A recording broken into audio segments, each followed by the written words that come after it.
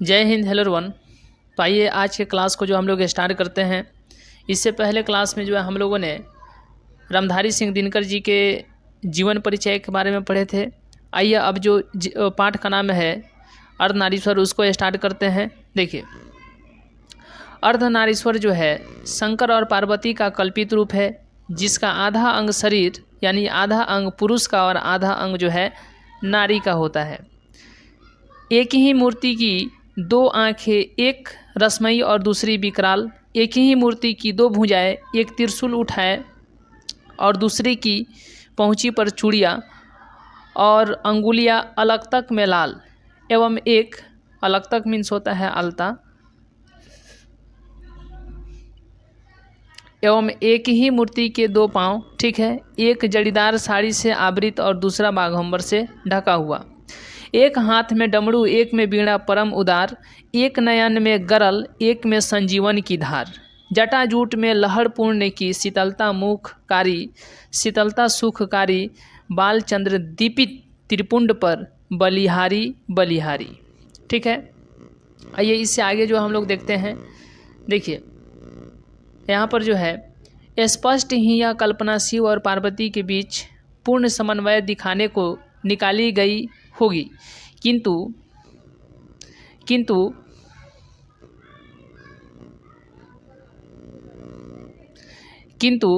इतनी सारी व्याप्तियाँ वहीं तक नहीं रुकती। अर्धनारीश्वर की कल्पना में कुछ इस बात का भी संकेत है कि नारी, ठीक है, कि नर नारी पूर्ण रूप से समान है, एवं उनमें से एक एक के गुण दूसरे के दोष नहीं हो सकते हैं। अर्थात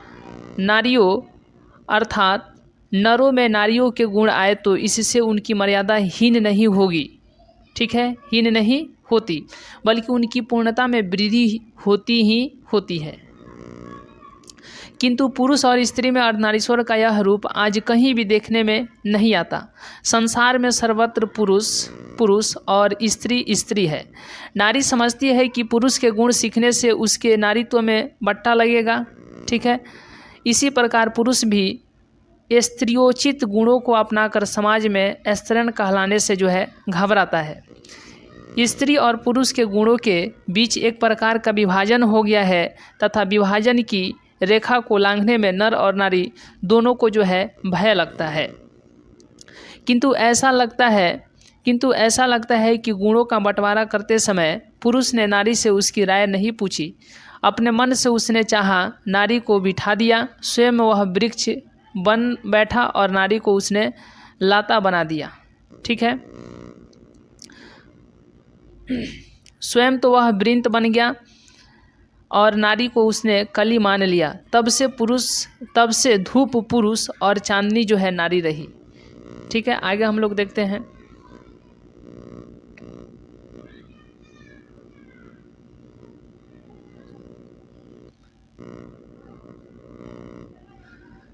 पुरुष चांदनी, ठीक है, पुरुष और चांदनी, तब से धूप पुरुष और चांदनी नारी रही। पुष्प ग्रीष्म नर और ग्रीष्म मतलब गर्म नर्म और वर्षा जो है मादा रही यानी स्त्री रही, ठीक है।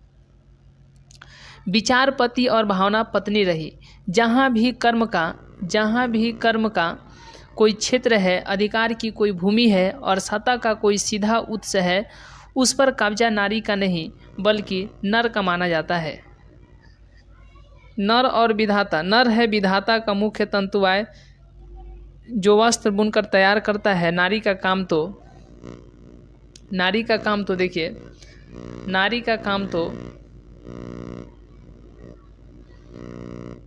चलिए, नारी का काम तो उस वस्त्र पर छींटे डालना है। नर है कुदाल चलाने वाले बलशाली किसान जो मिट्टी तोड़कर अन्न उपजाता है। नारी का काम दोनों को अछोरना पछोरना है।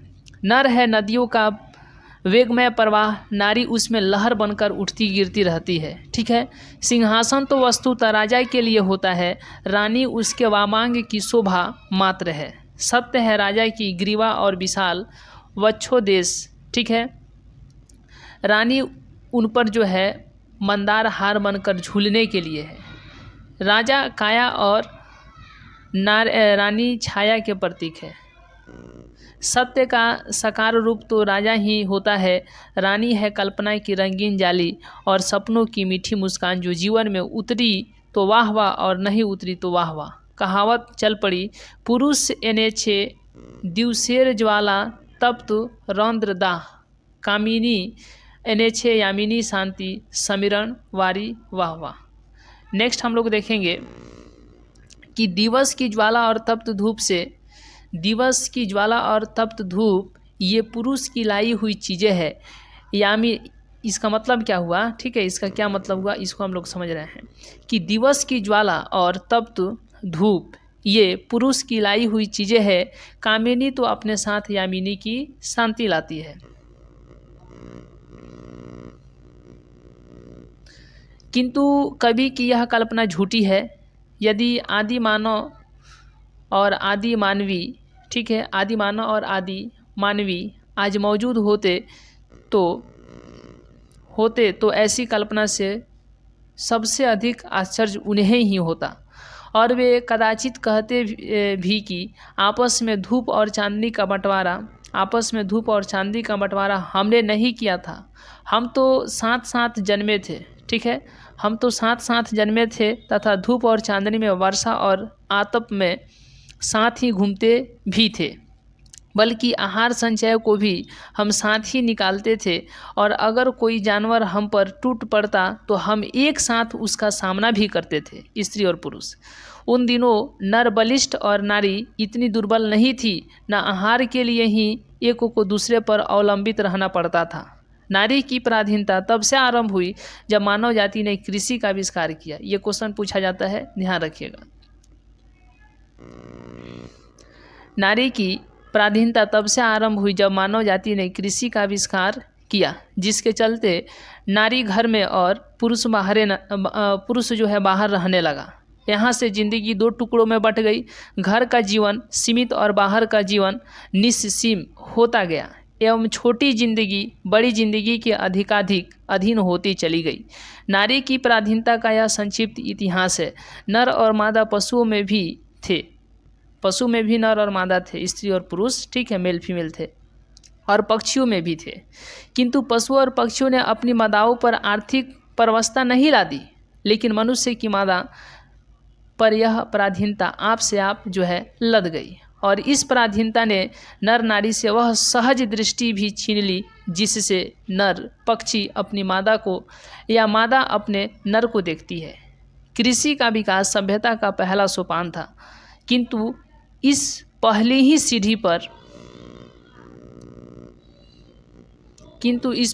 सीढ़ी पर सभ्यता ने मनुष्य से भारी कीमत वसूल कर ली। आज प्रत्येक पुरुष अपनी पत्नी को फूलों सा आनंदीमय भार समझता है और प्रत्येक पत्नी अपने पति को बहुत कुछ उसी दृष्टि से देखती है जिस दृष्टि से लाता अपने वृक्ष को देखती है। यहाँ से भी क्वेश्चन पूछे जाएंगे, इस बात को भी ध्यान रखते चलिए। इस पराधीनता के कारण नारी अपने अस्तित्व की अधिकारिणी नहीं रही। उसके सुख और दुख, प्रतिष्ठा और अप्रतिष्ठा, यहाँ तक कि जीवन और मरण पुरुष की मर्जी पर टिकने लगे। उसका सारा मूल्य इस बात पर ठहरा कि पुरुषों को उसकी कोई आवश्यकता है या नहीं, ठीक है। इसी से नारी की पद मर्यादा प्रवृत्ति मार्ग के प्रचार से उठती और निवृत्ति मार्ग के प्रचार से गिरती रही। जो प्रवृत्ति मार्गी हुए उन्होंने नारी को गले से लगाया, क्योंकि जीवन से वे आनंद चाहते थे और नारी आनंद की खान थी। लेकिन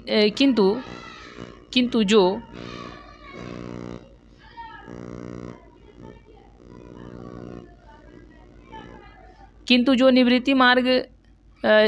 निवृत्ति मार्गी निकले उन्होंने जीवन के साथ नारी को भी अलग ढकेल दिया, क्योंकि नारी उनके लिए किसी काम की चीज़ नहीं थी। प्राचीन विश्व में जब व्यक्तिक मुक्ति की खोज मनुष्य जीवन की सबसे बड़ी साधना माने जाने लगी, तब झुंड के झुंड विवाहित लोग संन्यास लेने लगे और उनकी अभागिनी पत्नियों के सिर पर जीवित वैधव्य का पहाड़ टूटने लगा।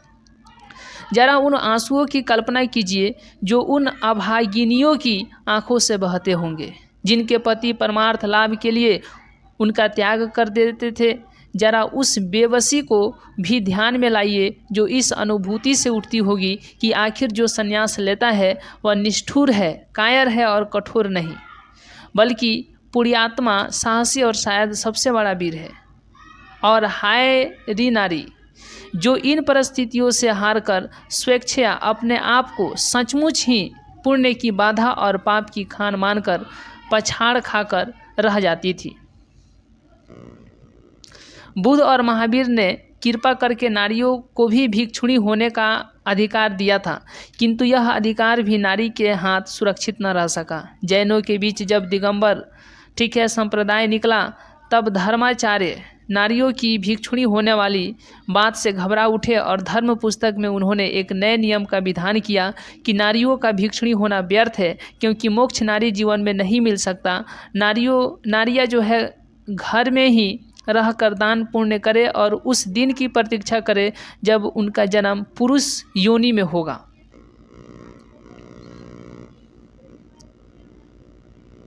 पुरुष योनि में होगा, जब वे पुरुष होकर जन्मेंगी संन्यास वे तभी ले सकेंगी। ठीक है।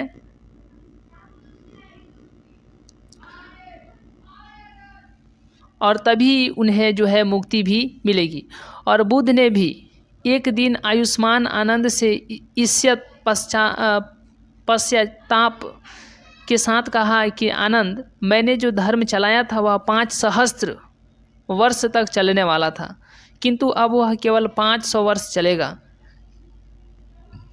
क्योंकि नारियों को मैंने भिक्षुणी होने का अधिकार दे दिया है।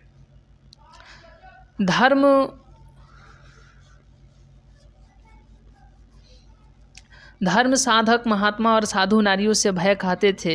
विचित्र बात तो यह है कि इनमें से कई महात्माओं ने तो ब्याह भी किया और फिर नारियों की निंदा भी की। कबीर साहब का एक दोहा मिलता है, नारी तो हम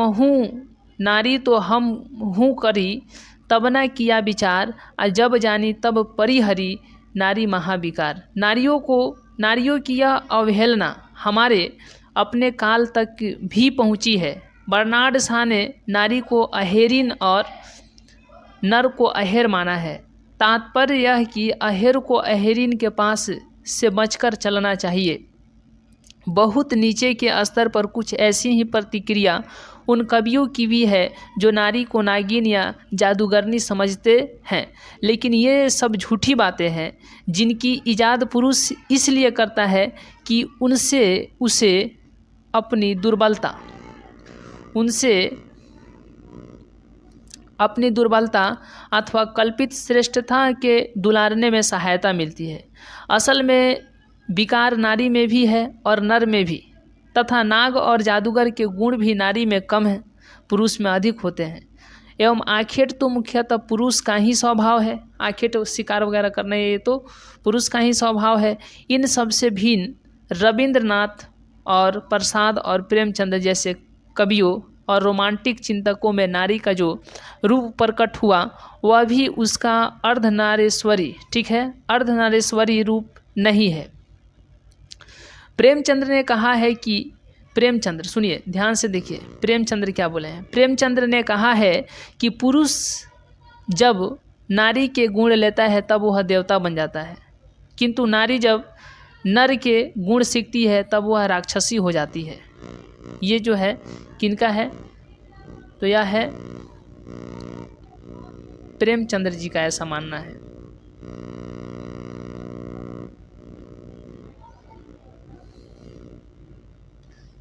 इसी प्रकार प्रसाद जी की ईडा के विषय में यदि यह कहा जाए कि ईडा वह नारी है जिसने पुरुषों के गुण सीखे हैं, तो निष्कर्ष यही निकलेगा कि प्रसाद जी भी नारी को पुरुषों के क्षेत्र से अलग रखना चाहते थे।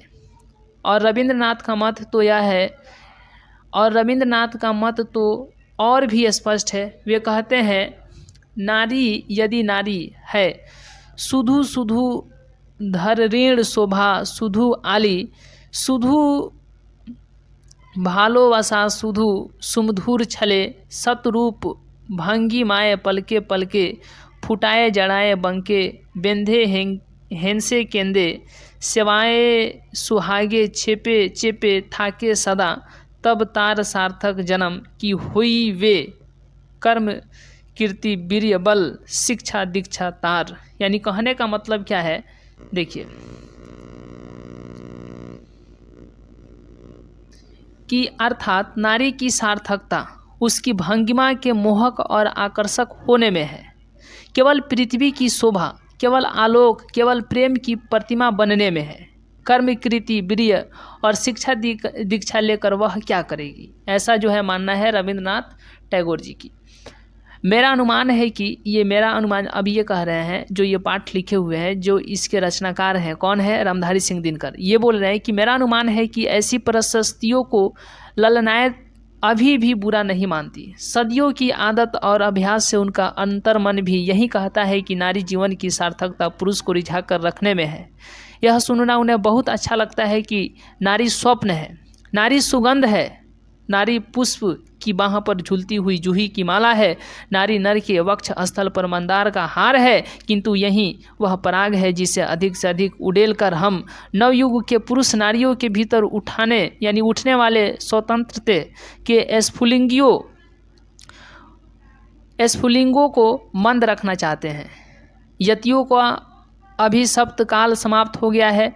अब नारी विकारों की खान और पुरुषों की बाधा नहीं मानी जाती है। वह प्रेरणा का उद्गम, शक्ति का स्रोत और पुरुषों की क्लांति की महौषधि हो उठी है। फिर भी नारी अपनी सही जगह पर नहीं पहुंची है। पुरुष नारी से अब यह कहने लगा है कि तुम्हें घर से बाहर निकलने की क्या ज़रूरत है, कमाने को मैं अकेला काफ़ी हूँ, तुम घर बैठे खर्च किया करो। किंतु इतना ही यथेष्ट नहीं है। नारियों को सोचना चाहिए कि पुरुष ऐसा कहता क्यों है, पुरुष ऐसा कहता क्यों है। ठीक है, स्पष्ट ही इसलिए कि नारी को वह अपनी क्रीड़ा की वस्तु मानता है, आराम के समय अपने मनोविनोद का साधन समझता है। इसलिए वह नहीं चाहता है कि आनंद की इतनी अच्छी मूर्ति पर थोड़ी सी धूल या थोड़ा भी धुएं का धब्बा लगे। नारी और नर एक ही द्रव्य की ढली दो प्रतिमाएं हैं। आरंभ में दोनों बहुत कुछ समान थे। आज भी प्रत्येक नारी में कहीं ना कहीं कोई एक प्रच्छन्न नर और प्रत्येक नर में कहीं ना कहीं एक क्षीण नारी छिपी हुई है। किंतु सदियों से नारी अपने भीतर के नर को और नर अपने भीतर की नारी को जो है बेतरह, ठीक है, दबाता आ रहा है। परिणाम यह है कि आज सारा ज़माना ही मर्दाना मर्द और औरतानी औरत का ज़माना हो गया है।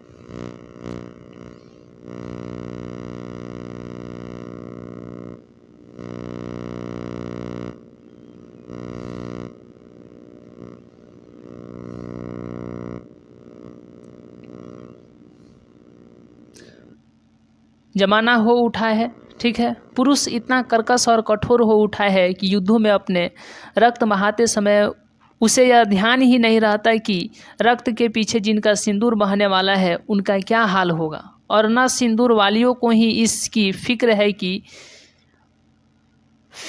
कि और न ही तो उन जगहों पर तो उनकी राय खुले जहाँ सिंदूर पर आफत आने की आशंका है। कौरवों की सभा में यदि संधि की वार्ता कृष्ण और दुर्योधन के बीच न होकर कुंती और गांधारी के बीच हुई होती तो बहुत संभव था कि महाभारत नहीं मचता। किंतु कुंतियाँ और गांधारियाँ तब भी निश्चेष्ट थी और आज भी निश्चेष्ट है। बल्कि द्वापर से कली काल तक पहुँचते पहुँचते वे अपने भीतर की नरता का और भी अधिक दलन कर चुकी है। जहाँ कहीं फूलों का प्रदर्शन और रेशमी वस्त्रों की हाट है, नारियाँ अपने मन से वहीं जमा होती है। जिन कांटों से फूल के बाग उजड़ते और रेशमी वस्त्रों के बाजार जल कर खाक हो जाते हैं, उनके संचालन और नियंत्रण का सारा भार उन्होंने पुरुषों पर डाल रखा है। आधी दुनिया उछलने कूदने, आग लगाने और उसे बुझाने में लगी हुई है और आधी दुनिया फूलों की सैर में। नर नारी के प्रचलित संबंधों का मनोविज्ञान प्रभाव संसार के इतिहास पर पड़ रहा है और जब तक यह संबंध नहीं सुधरते शांति के मार्ग की सारी बाधाएं दूर नहीं होगी। नारी कोमलता की आराधना करते करते इतनी कोमल हो गई है कि उसे दुर्बल कहना चाहिए। उसने पौरुष से, ठीक है, अपने आप को जो है अपने आप को जो है इतना विहीन बना लिया है कि कर्म के पीछे क्षेत्रों में पांव धरते ही उसकी पतियां कुम्हलाने लगती है और पुरुष में कोमलता की जो प्यास है उसे नारी भली भांति शांत कर देती है। फिर पुरुष अपने भीतर कोमलता का विकास क्यों करे? इस स्थिति से बाहर निकलने का रास्ता वह नहीं है कि जिसे रोमांटिक कवियों और चिंतकों ने बतलाया है, बल्कि वह है जिसकी ओर संकेत गांधी और मार्क्स करते हैं।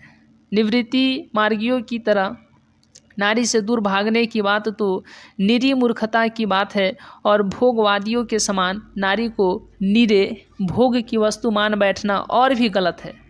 नारी केवल नर को रिझाने अथवा उसे प्रेरणा देने को नहीं बनी है। जीवन यज्ञ में उसका भी अपना हिस्सा है और वह हिस्सा घर तक ही सीमित नहीं, बाजार भी है। जिसे पुरुष अपना कर्म क्षेत्र मानता है वह नारी का भी कर्म क्षेत्र है। नर और नारी दोनों के जीवनोद्देश्य एक है।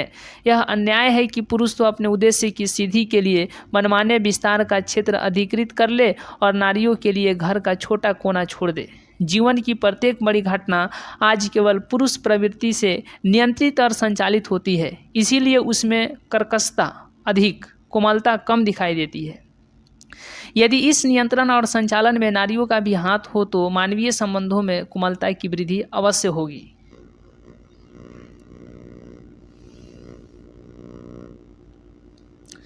यही नहीं, प्रत्युत प्रत्येक नर को एक हद तक नारी और प्रत्येक नारी को एक हद तक जो है नर बनना भी आवश्यक है। गांधी जी ने अपने जीवन के अंतिम दिनों में जो है नारीत्व की भी साधना की थी। याद रखिएगा, यहाँ से क्वेश्चन पूछा जाएगा। गांधी जी ने अपने जीवन के अंतिम दिनों में नारीत्व की भी साधना की थी। उनकी पोती ने उन पर जो पुस्तक लिखी है उसका नाम है बापू मेरी माँ है। यानी गांधी जी की जो पोती थी और गांधी जी पर जो उन्होंने पुस्तक लिखी है उस पुस्तक का नाम क्या है? तो बापू मेरी माँ है, यानी महात्मा गांधी मेरी माँ है। दया, माया, सहिष्णुता और भीरुता ये स्त्रियोचित गुण कहे जाते हैं, किंतु क्या इन्हें अंगीकार करने से पुरुष के पौरुष में कोई दोष आने वाला है? दया, माया और सहिष्णुता ही नहीं, भीरुता का भी एक अच्छा पक्ष है जो मनुष्य को अनावश्यक विनाश से बचाता है। उसी प्रकार अध्यवसाय, साहस और शूरता का वर्ण करने से भी नारीत्व की मर्यादा नहीं। चलिए आगे हम लोग देखते हैं।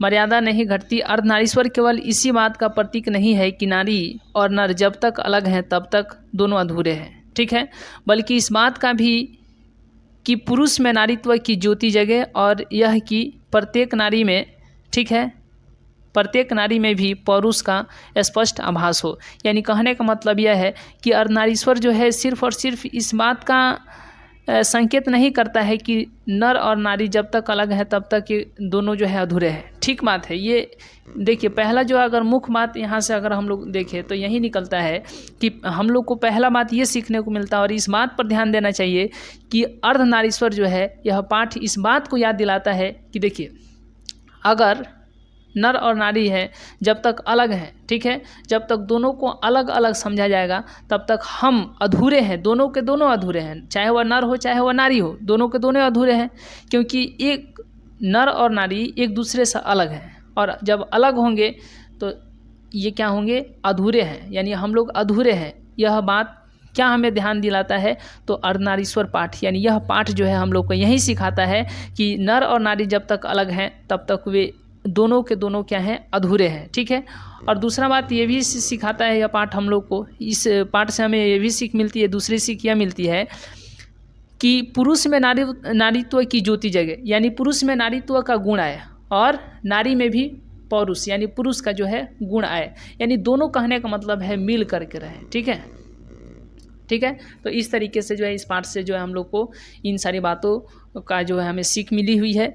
मही मांगती प्राण पनाड़ में सजी कुसुम की क्यारी, स्वपन स्वपन में गूंज सत्य की, पुरुष पुरुष में नारी, यानी पुरुष पुरुष हो, ठीक है, मतलब पुरुष में नारी का गुण हो और नारी में पुरुष का गुण हो, और तब जाकर के ये क्या होगा? तो अर्धनारीश्वर का जो कल्पित रूप किया गया है, इस बात को याद दिलाने के लिए कि देखिए, नारी को अलग नहीं करना चाहिए, ठीक है। और नर को भी अलग नहीं करना चाहिए। नर और नारी दोनों जो हैं एक ही हैं, एक सिक्के के दो पहलू होते हैं, उसी तरीके से ये भी है। नर और नारी इन लोग को जो है साथ साथ मिलकर कराना चाहिए। और किसी का गुण नहीं हो सकता है, किसी का दोष नहीं हो सकता है, दोनों का गुण हो सकता है, दोनों में दोष हो सकता है, ठीक है। तो यह पाठ जो है यहीं पर हम लोग समाप्त करते हैं और नेक्स्ट क्लास में जो है हम लोग तो इसके अभ्यास पर चर्चा करेंगे। तो आज का क्लास यहीं तक, मिलेंगे नेक्स्ट क्लास में नेक्स्ट वीडियो में। तब तक के लिए बहुत बहुत धन्यवाद।